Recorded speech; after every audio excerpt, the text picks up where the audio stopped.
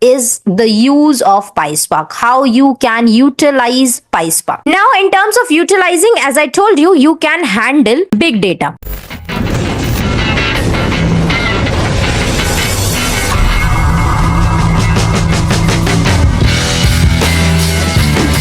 Hello everyone, welcome back to my YouTube channel. In today's video, we are going to discuss about what exactly PySpark is and how to use this if you are into the domain of data analysis, data science, machine learning, or data engineering. How you can utilize PySpark for your processing things. So now let's understand what exactly PySpark is, where it originated from. So now, in simple term, PySpark is something which supports Python, which works within Python. So it is going to support Python, and within Python, this is Python API. Okay, and this comes from the term from the Apache Spark. So Apache Spark is basically a tool which helps you process large amount of data quickly. Right? So PySpark is the smaller version or the direct version of Apache Spark, which can be used, which can be written, which can be processed within Python. So in short, PySpark is a Python API for Apache Spark, using which you can do big data processing, and it acts as a big data processing engine where you can handle large data set faster than any traditional tool. Earlier, we were using pandas, we were using other polar libraries of Python, right? But these two libraries can process the data, which is less amount of data, not a huge amount of data. If you are trying to do something with a huge amount of data, these libraries are going to take more time. So we have the advanced version, we have the version of library, which is PySpark, which can process big data, which can analyze huge amount of data quickly, because it can distribute the workload across multiple computers. We will understand this term, that how it distributes the workload across multiple computers, in this video. Before we begin, this is a complete playlist where you will get to know about PySpark in detail, how to use it for SQL, how to do data analysis, how to do data cleaning, everything we are going to learn within this playlist. There is a second playlist which is going on my channel, which is data cleaning with Python. So both are very beneficial if you are into these domains. So now let's understand what is the use of PySpark, how you can utilize PySpark. Now, in terms of utilizing, as I told you, you can handle big data. When you wanted to handle big data, PySpark should be your friend. Second is, you should use this because this is super fast. So this is another benefit of PySpark. Third is, using PySpark, you can work with SQL. You can work with ML as well, which is machine learning. It can help you in data analysis, and it can also help you in building AI tools, AI models at scale. Now, why should you learn it if you are aiming for a better future? So for future proof, this is used by big companies as well. Big companies, as I mean that I can say that it is used by Netflix, it is used by Uber, and these days Amazon is also using this PySpark for doing real-time analysis. Okay, so that is why you should learn PySpark in 2025. Now let's understand some basic things, that why this PySpark, why not other traditional things. So when I talk about comparison between PySpark and any other traditional things that we have been using, any traditional method that we have been using till now, first thing is, suppose you want one person to copy something. One person is doing something and it is going to obviously take long time, right? But if you are going to give the same task and you are going to allot 100%, okay, in total 100% you wanted to allot, and the same task, then this is what PySpark is. PySpark basically divides the task into subtasks and will allot it to the multiple machines so that the job is done much faster. So this is how PySpark works. In traditional method, we are the single person, like suppose we are using pandas. So using pandas, you are going to take long time to do the same thing which you can do within PySpark within few seconds. So this is how PySpark speeds up the data processing. Basically, it splits the work across multiple machines, across multiple servers.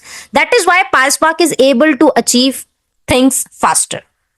As I have given you a few examples that these days companies are using PySpark.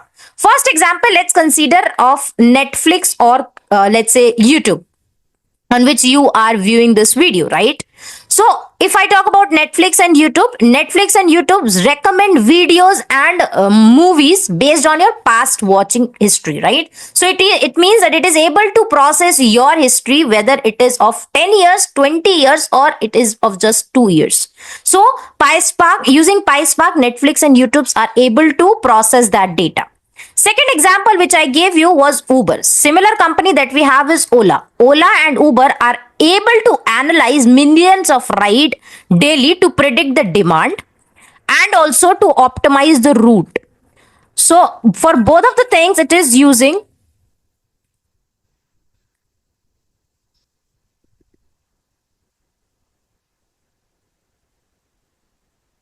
For both of the things, it is using PySpark to analyze and give you the best in terms of routes and to serve the demand as well. Third is, let's talk about the sector which is banking sector. How banking sector is utilizing things. In banks, the banks uses PySpark to track the suspicious transactions in real time, that what is going on, which one is the suspicious transaction, everything within this is done using PySpark. Fourth example that we can take is of e-com, which is again trending these days in 2025. So those suggestions of products come from PySpark only, because PySpark knows how to, go with your history or preferences and print and display the perfect one for you as per your preference. So it is high in demand. It has growing market, and you should learn this because it has growing market. If you know PySpark, you can easily get job, and there are more job opportunities if you are going to learn this, correct?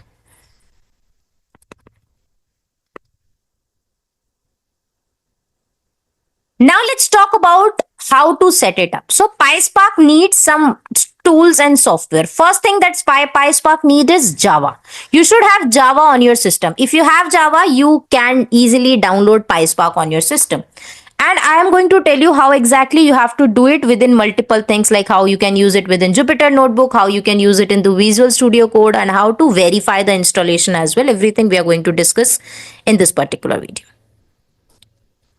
Now let's talk about installation. So as I said, you have to do what is, you have to get Java on your system. So simply you have to open one browser and search for Java official site, Java official website. Okay, once you will search for Java official website, you will land on something like this. So you need to download Java for your Windows, Mac or Linux, whichever software or whichever operating system you are using. You have to download it as per 32 bits and 64 bits.